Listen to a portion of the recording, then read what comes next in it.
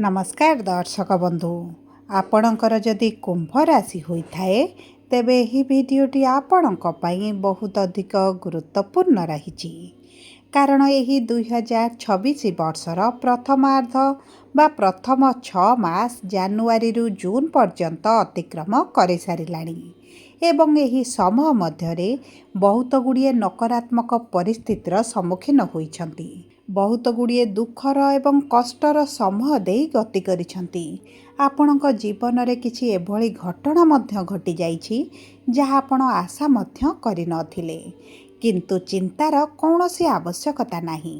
आपणकर शनिकर 7.5 थिले मध्य आगामी 6 मास माने जुलाई ठारू डिसेम्बर मध्यरे आपणक पाई निश्चित भावरे आशीर्वाद स्वरूप रहिबा पाई जाउछि। एही आगामी 6 मास मध्यरे ग्रहमानकर गोचर परिवर्तन आपणक सपक्षरे रहिबा पाई जाउछि एवं किछि एभली घटना घटिबो जहाँ बदलाइब आपणकर भाग्य, आपणक जीवन रे आनिबो विराट परिवर्तन। किंतु केबे घटिबो, केउ मासरे घटिबो एवं केउ ग्रहंक प्रभाव रे घटिबो ताहा एही भिडियो रे आगको विस्तृत भाव रे आलोचना करिबा। एवं सबुठारु बड़ कथा हेउछि जेउ ग्रह गुडी को पाप ग्रह छाया ग्रह बोली कुहा जाउथिला, जेमिति कि शनि, राहु, केतु एही ग्रह गुडिक मध्य आगामी 6 मास मध्यरे आपण मानकु शुभाशुभ फल प्रदान करिबे। सेति पई आपण ध्यान देई देखंतु, बुझंतु एवं निज जीवन रे परिवर्तन आनंतु। एवं सबठारु चमत्कार हेउछि आजिर कार्यक्रमटी को आमे 4 भागरे विभक्त करिछे।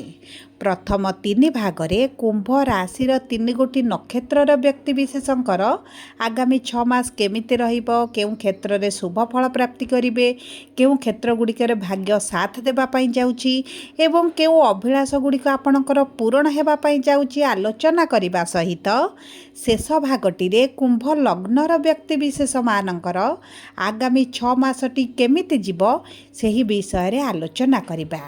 सेतिपई आपणकर जदि कुंभ लग्न मध्य होइथाए तेबे मध्य आपण भिडियोटी को शेष पर्यंत देखंतु एवं आपणकर लग्न रे जदि शुभाशुभ थिबो एवं राशि रे आपणकर अशुभत्व रहिछि तेबे मध्य आपणको शुभाशुभ फल प्राप्ति हेबो।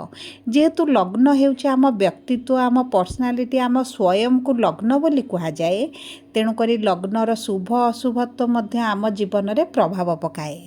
तेणुकरी आपण देखंतु, बुझंतु एवं जानंतु शुभ समय आपणक पई केबेठारु आरंभ होइबा पई जाउछि।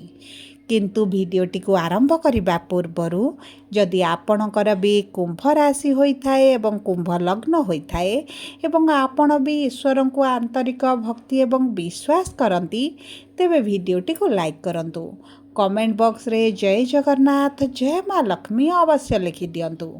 ता सहित आम सह जोगाजोग करिबा पई भिडियोर मध्य भागरे एक व्हाट्सएप नंबर टीए दिया जाइछि, जो नंबर साहाय्य आपण आम सह जोगाजोग करी निजर नूतन कुंडली प्रस्तुत करि परिबे, कुंडली विश्लेषण कराई परिबे किंबा आपणकर चाकरी, विवाह, व्यवसाय, प्रेम संपर्क, शिक्षा, स्वास्थ्य, संतान को नहीं किछि समस्या रहिछि ताहार सहजरे एवं स्वल्प मूल्य रे समाधान करि परिबे।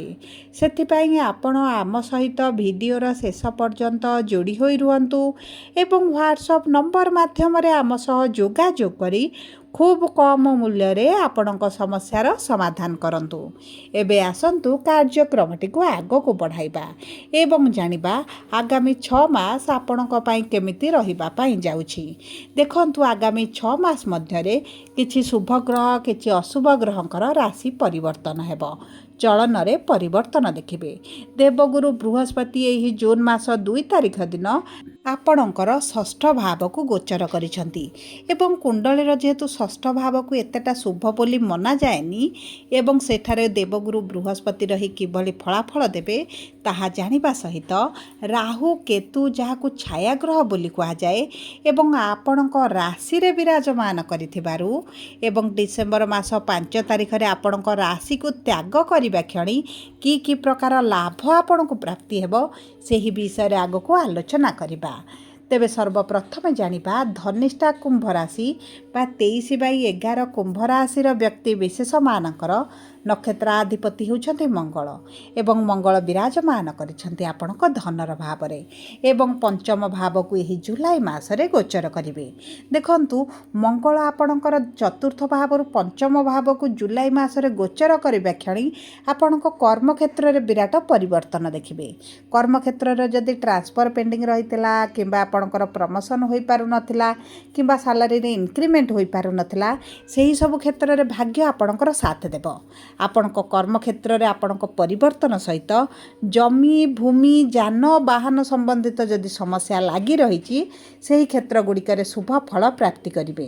ଦେଖନ୍ତୁ ଗୁରୁ ଏହି ଜୁଲାଇ ମାସ 15 ତାରିଖରୁ ଅଗଷ୍ଟ ମାସ 12 ତାରିଖ ପର୍ଯ୍ୟନ୍ତ ଅସ୍ତ ସ୍ଥିତିରେ ରହିବେ, ଯେଉଁ କାରଣରୁ ଗୁରୁଙ୍କର ଆପଣଙ୍କ ଉପରେ ଶୁଭାଶୁଭ ଫଳ କିଛି କାଂଶରେ କମିଯିବ।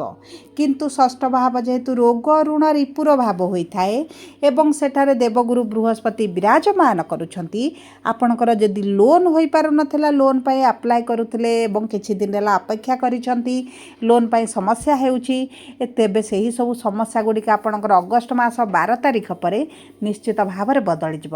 ଆପଣଙ୍କୁ ଲୋନ୍ ପ୍ରାପ୍ତ ହୋଇପାରେ। ଆପଣଙ୍କର ଯଦି ପଇସା କେଉଁଠୁ ମିଳିବାର ଥିଲା, ଅର୍ଥ କେଉଁଠୁ ମିଳିବାର ଥିଲା, ସେହି ଅର୍ଥ ଗୁଡ଼ିକ ଆପଣଙ୍କର ପ୍ରାପ୍ତ ହୋଇଯିବ ଏବଂ ତାହା ସହିତ ଯଦି ଆପଣଙ୍କର ଗୁପ୍ତ ଶତ୍ରୁ ବଢ଼ି ଯାଇଛନ୍ତି ଏବଂ ଆପଣଙ୍କ ପରିବାରରେ ହେଉ ଆପଣଙ୍କ କର୍ମକ୍ଷେତ୍ରରେ ଆପଣ ଅନୁଭବ କରୁଛନ୍ତି, ତେବେ ସେହି ଗୁପ୍ତ ଶତ୍ରୁମାନଙ୍କର ପ୍ରଭାବ ମଧ୍ୟ ଆପଣଙ୍କ ଜୀବନରୁ କମିବା ଆରମ୍ଭ ହୋଇଯିବ ଏବଂ ତାହା ସହିତ କେତୁ ଆପଣଙ୍କ ପଞ୍ଚମ ଭାବରେ ବିରାଜମାନ କରି ଯେଉଁ ବିବାହରେ ବିଳମ୍ବ କରାଉଥିଲେ, ବିବାହ ହୋଇପାରୁନି, ବୟସ ବଢ଼ୁଛି, ବିବାହରେ ବାଧାବିଘ୍ନ ଆସୁଛି, ତେବେ ସେହି ସବୁ କ୍ଷେତ୍ରରେ ମଧ୍ୟ ଶୁଭାଶୁଭ ଫଳ ପ୍ରାପ୍ତି କରିବେ। ଡିସେମ୍ବର ମାସ 5 ତାରିଖ ପରଠାରୁ ଆପଣଙ୍କ ବିବାହ ପାଇଁ ଅତି ପ୍ରବଳ ଯୋଗ ବନିବ। ଦେଖନ୍ତୁ ଅକ୍ଟୋବର ମାସ 31 ତାରିଖରେ ଗୁରୁ ଆପଣଙ୍କ ସପ୍ତମ ଭାବକୁ ଗୋଚର କରିବେ ମାନେ ଆପଣଙ୍କର ପାର୍ଟନରସିପ୍ରେ କାର୍ଯ୍ୟ ହେଉ, ଦୈନନ୍ଦିନ ରୋଜଗାର ହେଉ, ନିଶ୍ଚିତ ଭାବରେ ଶୁଭାଶୁଭ ଫଳ ଆପଣଙ୍କୁ ପ୍ରାପ୍ତି ହେବ। ଏବେ ଆସନ୍ତୁ ଜାଣିବା ଶତଭିଷା କୁମ୍ଭ ରାଶି 24/11 କୁମ୍ଭ ରାଶିର ବ୍ୟକ୍ତି ବିଶେଷମାନଙ୍କର ରାହୁ ହେଉଛନ୍ତି ନକ୍ଷତ୍ରାଧିପତି ଏବଂ ବିରାଜମାନ କରିଛନ୍ତି ଆପଣଙ୍କ ରାଶିରେ। କିନ୍ତୁ ଏହି ଡିସେମ୍ବର ମାସ 5 ତାରିଖ ଦିନ ଆପଣଙ୍କର ଦ୍ୱାଦଶ ଭାବକୁ ଗୋଚର କରିବେ, ଯେଉଁ କାରଣରୁ ଆପଣ ଯଦି ବୈଦେଶିକ ମୁଦ୍ରା ରୋଜଗାର କରୁଛନ୍ତି ଆପଣଙ୍କର ରୋଜଗାରରେ ବଢ଼ୋତୀ ହେବ। ଆପଣ ଧର୍ମଯାତ୍ରା କରିବେ, ତୀର୍ଥଯାତ୍ରା କରିବେ, ଆପଣଙ୍କର ବିଦେଶ ଯାତ୍ରାରେ ଯଦି ସମସ୍ୟା ହେଉଥିଲା ତାହା ମଧ୍ୟ ଦୂର ହୋଇଯିବ। କିନ୍ତୁ ଆପଣ ଯଦି କିଛି ଇଲିଗାଲ କାର୍ଯ୍ୟ କରୁଛନ୍ତି କିମ୍ବା କିଛିଟା ଭୁଲ କାର୍ଯ୍ୟ କରୁଛନ୍ତି ଯାହା ସମାଜ ବିରୋଧୀ ରହିଛି, ସେହି ସବୁ କାର୍ଯ୍ୟରେ ଆପଣଙ୍କୁ କିଛି ନା କିଛି ସମସ୍ୟାରେ ଫସାଇ ପାରନ୍ତି, କାରଣ ଦ୍ୱାଦଶ ଭାବକୁ ମଧ୍ୟ ଜେଲ୍ କାରାଦଣ୍ଡର ଭାବ ବୋଲି କୁହାଯାଏ। ତେଣୁକରି ଏହି ସମୟ ମଧ୍ୟରେ ରାହୁ ଆପଣଙ୍କର ଦ୍ୱାଦଶ ଭାବରେ ଗୋଚର କରିବେ ମାନେ ସେହି କ୍ଷେତ୍ର ପ୍ରତି ଆପଣଙ୍କୁ ବହୁତ ଅଧିକ ସଚେତନ ରହିବାକୁ ପଡ଼ିବ ଏବଂ ଆପଣ ଯଦି କିଛିଟା ବିଦେଶ ସମ୍ବନ୍ଧିତ ରୋଜଗାର କରିବା ପାଇଁ ଚାହୁଁଛନ୍ତି, ତେବେ ଆପଣଙ୍କ ପାଇଁ ଅତି ଉତ୍ତମ ରହିବ। କିମ୍ବା ଆପଣ ଶିକ୍ଷା ପାଇଁ ଯଦି ବିଦେଶ ଯିବା ପାଇଁ ଚାହୁଁଥିଲେ, ତେବେ ଆପଣଙ୍କ ଭାଗ୍ୟ ଆପଣଙ୍କର ସାଥ ଦେବ। ଏବଂ ଦେଖନ୍ତୁ ଆପଣଙ୍କର ଭାଗ୍ୟାଧିପତି ଶୁକ୍ର ଆପଣଙ୍କର ସପ୍ତମ ଭାବକୁ ଗୋଚର କରିବେ ମାନେ ଆପଣଙ୍କ ବିବାହ ପାଇଁ ଅତି ପ୍ରବଳ ଯୋଗ ବନାଇବେ ଏବଂ ତା ସହିତ ଆପଣଙ୍କର ଯଦି କିଛିଟା ଜମି ଭୂମି ଯାନବାହନକୁ ନେଇ ଡିସ୍ପ୍ୟୁଟ୍ ରହିଛି ତାହା ଆପଣଙ୍କର ଦୂର ହେବ। ଆପଣଙ୍କର ଦଶମ ଭାବର ଅଧିପତି ହେଉଛନ୍ତି ମଙ୍ଗଳ, ଯିଏ ଆପଣଙ୍କର ପଞ୍ଚମ ଭାବରେ ବିରାଜମାନ କରିବେ। ଆପଣଙ୍କର ଯଦି ଚାକିରିରେ କିଛିଟା ବାଧାବିଘ୍ନ ଆସୁଥିଲା, ସରକାରୀ ଚାକିରି ପାଇଁ ଚେଷ୍ଟା କରୁଛନ୍ତି, ପ୍ରାପ୍ତି ହୋଇପାରୁନଥିଲା, ତେବେ ମଧ୍ୟ ଆପଣଙ୍କୁ ସରକାରୀ ଚାକିରିର ଅତି ପ୍ରବଳ ଯୋଗ ବନିବ। ଆପଣଙ୍କର କର୍ମକ୍ଷେତ୍ରରେ ଯେଉଁ ବିଳମ୍ବ ଦେଖୁଛନ୍ତି, କାର୍ଯ୍ୟ ସିଦ୍ଧି ହୋଇପାରୁନି, ଚେଷ୍ଟା କରୁଛନ୍ତି, ଆରମ୍ଭ କରୁଛନ୍ତି, କାର୍ଯ୍ୟଟି ସମ୍ପୂର୍ଣ୍ଣ ହୋଇପାରୁନି, ସେହି ସବୁ ଅଟକିଥିବା କାର୍ଯ୍ୟ ଆପଣଙ୍କର ସମ୍ପୂର୍ଣ୍ଣ ହେବ। ଆପଣ ଯେଉଁ ଅର୍ଥ ରୋଜଗାର କରୁଛନ୍ତି ଏବଂ ସେଭିଂ କରିପାରୁନାହାନ୍ତି, ଧୀରେ ଧୀରେ ଆପଣଙ୍କର ସେଭିଙ୍ଗସ୍ ମଧ୍ୟ ବୃଦ୍ଧି ଘଟିବ। ଏବେ ଆସନ୍ତୁ ଜାଣିବା ପୂର୍ବ ଭାଦ୍ରପଦ କୁମ୍ଭ ରାଶି 25/11 କୁମ୍ଭ ରାଶିର ବ୍ୟକ୍ତି ବିଶେଷମାନଙ୍କର ଦେବଗୁରୁ ବୃହସ୍ପତି ହେଉଛନ୍ତି ନକ୍ଷତ୍ରାଧିପତି ଏବଂ ଗୁରୁ ଆପଣଙ୍କର ଅକ୍ଟୋବର ମାସ 31 ତାରିଖ ପର୍ଯ୍ୟନ୍ତ ଷଷ୍ଠ ଭାବରେ ବିରାଜମାନ କରିବେ। କିନ୍ତୁ ଅକ୍ଟୋବର ମାସ 31ରେ ଆପଣଙ୍କର ସପ୍ତମ ଭାବକୁ କେନ୍ଦ୍ରକୁ ଗୋଚର କରିବା କ୍ଷଣି ଆପଣଙ୍କର ବୈବାହିକ ସମ୍ପର୍କରେ ଯଦି ସମସ୍ୟା ଚାଲିଛି, ଆପଣଙ୍କ ପାର୍ଟନରସିପ୍ ବ୍ୟବସାୟରେ ଯଦି ମାନ୍ଦା ପରିସ୍ଥିତି ଚାଲିଛି, ପାର୍ଟନରସିପ୍ ବ୍ୟବସାୟ ଆଗକୁ ବଢ଼ୁନାହିଁ, ଲାଭ ହେଉନାହିଁ ଏବଂ ଦୈନନ୍ଦିନ ରୋଜଗାରରେ ଯଦି ଆପଣ ଲସ୍ ଦେଖୁଛନ୍ତି, ଦେଖୁଛନ୍ତି ରୋଜଗାର ଏତେଟା ଆଗକୁ ବଢ଼ି ପାରୁନାହିଁ କିମ୍ବା ଆପଣ ଜୀବନସାଥୀଙ୍କ କ୍ୟାରିୟରରେ ଉତ୍ଥାନ ପତନ ଆସିବା ସହିତ ସ୍ୱାସ୍ଥ୍ୟଗତ ସମସ୍ୟା ରହିଛି, ତେବେ ଏହିସବୁ କ୍ଷେତ୍ର ଗୁଡ଼ିକରେ ଆପଣଙ୍କୁ ଶୁଭାଶୁଭ ଫଳ ପ୍ରାପ୍ତି ହେବ।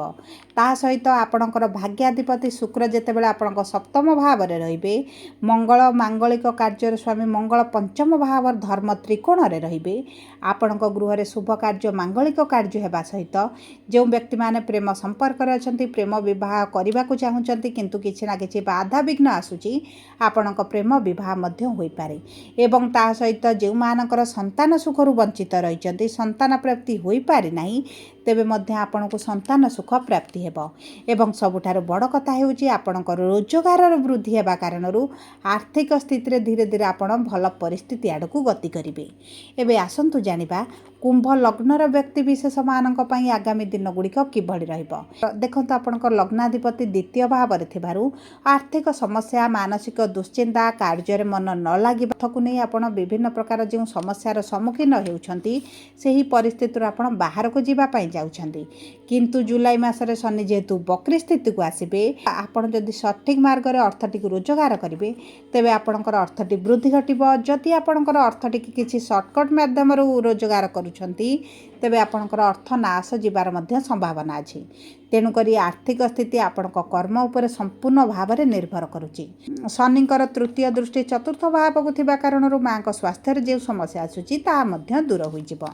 ସବୁ ପରେ ଅଶୁଭତ୍ୱକୁ ଦୂର କରି ଶୁଭାଶୁଭ ଫଳ ବୃଦ୍ଧି କରିବା ପାଇଁ ଆପଣ ପ୍ରତ୍ୟେକ ଦିନ ଶନିଙ୍କର ବୀଜ ମନ୍ତ୍ର ସନ୍ଧ୍ୟା ସମୟରେ 108 ଥର ପାଠ କରନ୍ତୁ। ଶନିବାର ଦିନ ଆପଣ ଶନିଙ୍କ ମନ୍ଦିରରେ ସୋରିଷ ତେଲରେ ଦୀପ ଜଳାନ୍ତୁ ଏବଂ ଚେଷ୍ଟା କରନ୍ତୁ ବୁଧବାର ଗୁରୁବାର ଦିନ ଗୋମାତାଙ୍କୁ ଗୁଡ଼ ରୁଟି ଖାଇବା ପାଇଁ ଦେବା ପାଇଁ, କୁକୁରମାନଙ୍କୁ କିଛିଟା ଖାଦ୍ୟ ଦାନ କରିବା ପାଇଁ ଆପଣଙ୍କ ପାଇଁ ଅତ୍ୟନ୍ତ ଶୁଭଦାୟକ।